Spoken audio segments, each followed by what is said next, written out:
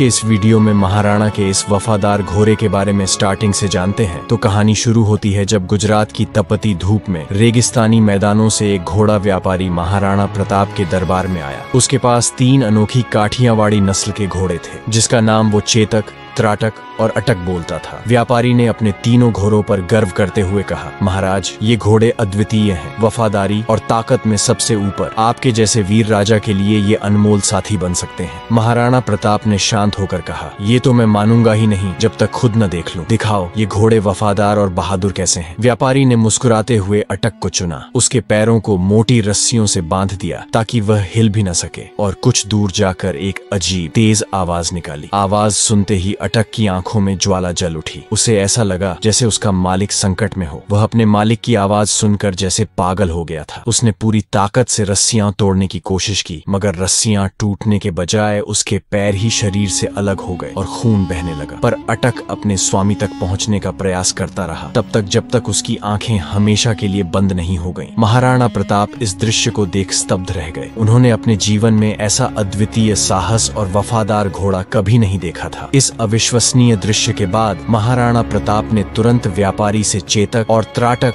दोनों घोड़ों को खरीद लिए। तभी दरबार में खड़े महाराणा के छोटे सौतेले भाई शक्ति सिंह की भी नजरें उन घोड़ों पर टिकी थीं। उनके मन में भी एक वफादार घोड़े रखने की इच्छा थी। महाराणा प्रताप अपने छोटे भाई की इच्छा समझते हुए चेतक को अपने पास रख लिया और त्राटक को उपहार स्वरूप शक्ति सिंह को दे दिया। धीरे धीरे चेतक महाराणा प्रताप का सबसे प्रिय साथी बन गया था। किसी ने ठीक ही कहा है कि अगर आप शेर के साथ रहोगे तो आप भी शेर की तरह बहादुर और शक्तिशाली बन जाओगे। चेतक भी महाराणा प्रताप के साथ रहकर धीरे धीरे उन्हीं की तरह शक्तिमान, तेज और महाबली बन गया था। वह महाराणा को पहाड़ों और घने जंगलों में इस तरह ले जाता मानो हवा से बात कर रहा हो। उसकी चाल में इतनी तेजी थी कि दुश्मन उसे पकड़ ही नहीं पाते। महाराणा भी चेतक को अपने पुत्र के समान मानने लगे और चेतक भी महाराणा के प्रति अटूट निष्ठा और प्रेम दिखाने लगा। धीरे धीरे समय तेजी से बीतने लगा और फिर आया हल्दी घाटी का युद्ध, जहां पर मुगल सेना लगभग 1 लाख सैनिकों की विशाल ताकत के साथ युद्ध के मैदान में उतरी थी। इसके मुकाबले में महाराणा प्रताप की सेना मात्र 20,000 सैनिकों की थी। इस विशाल संख्या के अलावा मुगल सेना के पास कई शक्तिशाली हाथी भी थे जो युद्ध में तबाही मचाने के लिए जाने जाते थे, लेकिन मेवाड़ की सेना के पास हाथियों की संख्या बहुत कम थी। ऐसे में महाराणा को अपने योद्धाओं और खासकर अपने घोड़ों पर ही पूरा भरोसा था। इस युद्ध में महाराणा प्रताप ने चेतक के माथे पर हाथी की नकली सूंड बांध दी थी ताकि वह युद्ध में मुगल सेना के हाथियों को धोखा दे सके। मुगल हाथी चेतक को देखकर उसे अपने बच्चे जैसा समझते थे और उस पर हमला नहीं करते थे। यह महाराणा की युद्ध रणनीति का एक महत्वपूर्ण हिस्सा था, लेकिन कुछ इतिहासकार यह भी कहते हैं कि मुगल सैनिकों को यह भ्रम होता था कि सामने से कोई हाथी धीरे धीरे उनकी ओर आ रहा है, लेकिन यह उनकी सबसे बड़ी भूल साबित होती थी। जैसे ही वे चेतक को हाथी समझकर धीमे होने की उम्मीद करते, चेतक बिजली की रफ्तार से हवा में दौड़ता हुआ मुगलों के बीच पहुंच जाता। उसकी गति इतनी तेज थी कि वह एक पल में ही युद्ध के एक छोर से दूसरे छोर तक पहुंच जाता और मुगलों को चकमा देते हुए उन्हें धूल चटा देता। इसी युद्ध ने चेतक को इतिहास के सुनहरे पन्नों में महान घोषित कर दिया, क्योंकि इस युद्ध में चेतक और महाराणा का साथ ऐसा था मानो दोनों एक दूसरे के विचारों को बिना कहे समझ लेते हों। चेतक न केवल महाराणा के इशारों को पढ़ लेता, बल्कि उनकी सुरक्षा के लिए अपनी रणनीति खुद तैयार कर लेता था। इस युद्ध के मैदान में महाराणा ने अगला कदम सोचा भी नहीं होता। चेतक पहले ही उसका अंदाजा लगाकर उसे पूरा करने के लिए तैयार रहता था। चेतक की ताकत और सहन शक्ति की अंदाजा आप इससे लगा सकते हो कि वह महाराणा प्रताप के साथ 81 किलो का भाला, 72 किलो का छाती का कवच, 25-25 किलो की 2 तलवारें और खुद महाराणा का 110 किलो का वजन लेकर युद्ध भूमि में ऐसे दौड़ता मानो हवा को भी मात दे रहा हो। उसकी गति इतनी तेज थी कि दुश्मन उसकी चाल को पकड़ ही नहीं पाते थे। एक पल में वह एक ओर होता और अगले ही पल दुश्मनों के घेरे को चीरता हुआ दूसरी ओर पहुंच जाता। इस युद्ध में मानो चेतक आग उगल रहा था। तभी महाराणा प्रताप ने उसकी लगाम खींचते हुए कहा, चेतक, आज हमें उस मानसिंह तक पहुंचना है। मैं यहाँ बता दूं कि मानसिंह इस युद्ध में मुगलों के सेनापति था। वह भी एक राजपूत था जिसके बुआ या आमेर के सहजादी हरकाबाई से अकबर ने शादी कर लिया था। चेतक ने महाराणा के शब्दों शब्दों का मानो कोई उत्तर न दिया, बस एक झटका लिया और हवा से बातें करने लगा। अपने माथे पर बंधी नकली हाथी की सूंड के कारण मुगल सेना पहले ही भ्रम में थी। कोई समझ ही नहीं पा रहा था कि ये हाथी इतनी गति से कैसे आगे बढ़ सकता है। जैसे ही चेतक ने मुगल सेना की कतारों को भेदते हुए महाराणा को मानसिंह के करीब ला खड़ा किया, वह अपने पिछले पैरों पर खड़ा हो गया और अपने अगले दोनों पैरों को मानसिंह के हाथी के सिर पर टिका दिया। मानो चेतक के भीतर भी वही ज्वाला जल रही थी जो महाराणा की आंखों में थी। महाराणा प्रताप ने पूरी ताकत से अपनी भाला उठाई और मानसिंह की ओर निशाना साधा, लेकिन ठीक उसी क्षण मानसिंह हाथी के हौदे में छिपकर बच निकला, लेकिन उसका महावत मारा गया। फिर चेतक ने जैसे ही अपने पैर जमी पर रखने की कोशिश किया, तभी मानसिंह के हाथी की सूंड में बंधी तलवार से चेतक का एक पैर गंभीर रूप से कट गया। इसका फायदा उठाकर मुगलों ने महाराणा को चारों ओर से घेरने का प्रयास शुरू कर दिया। महाराणा भी युद्ध में लड़ते लड़ते अब बुरी तरह से घायल हो चुके थे और उनकी स्थिति गंभीर हो रही थी। इस नाजुक समय में झाला मन्ना, जो महाराणा प्रताप से काफी मिलते जुलते थे और लगभग उनकी जैसी कदकाठी रखते थे, तुरंत महाराणा के पास आए। उन्होंने कहा, महाराणा, आप इस युद्ध को छोड़कर चले जाएं, क्योंकि युद्ध तभी जीते जा सकते हैं जब राजा जीवित रहें। मेवाड़ को आपकी जरूरत है, आपका जीवित रहना अत्यंत आवश्यक है। महाराणा प्रताप पहले तो जाने में संकोच कर रहे थे, लेकिन चेतक की हालत देखकर उन्होंने अपना मुकुट और सिर से राज चिन्ह उतारकर झाला मन्ना को सौंप दिया। इसके बाद वे घायल चेतक पर चढ़कर रणभूमि से जंगल की ओर चल पड़े। इधर रणभूमि में मुगलों को भ्रम हो गया और उन्होंने झाला मन्ना को ही महाराणा समझकर उन पर हमला कर दिया। झाला मन्ना ने अद्वितीय साहस का परिचय देते हुए मुगलों का सामना किया और अपने प्राणों की आहुति देकर अंतिम क्षणों तक मुगलों को रोके रखा, ताकि महाराणा प्रताप सुरक्षित रह सकें और मेवाड़ की लड़ाई जारी रह सके। इधर चेतक अपने घायल पैरों के साथ महाराणा को मुगलों से दूर ले जाने के लिए पूरी ताकत से भाग रहा था। वह अपने घाव के दर्द से कराह रहा था, लेकिन उसकी गति में मानो कोई कमी नहीं थी। ऐसा लग रहा था जैसे वह अपने स्वामी को सुरक्षित रखने की जिद में हवा से बातें कर रहा हो। पीछे मुगलों का कुछ दल लगातार पीछा कर रही थी। तभी एक मुगल सैनिक ने चेतक के घायल पैर पर एक भला फेंका, जिससे चेतक की चोट और भी गंभीर हो गई। इसके बावजूद चेतक ने महाराणा को छोड़ने का नाम नहीं लिया और अपने अंतिम बल के साथ दौड़ता रहा। रास्ते में अचानक एक 26 फीट गहरा नाला आ गया। महाराणा के मन में एक पल को लगा कि अब शायद बचना मुश्किल है। यहीं पर श्याम नारायण पांडेय जी ये लाइन लिखते हैं कि आगे नदियां पड़ी अपार, घोड़ा कैसे उतरे पार। राणा ने सोचा इस पार, तब तक चेतक था उस पार, लेकिन तभी चेतक ने अपनी जिंदगी की सबसे बड़ी छलांग लगाई।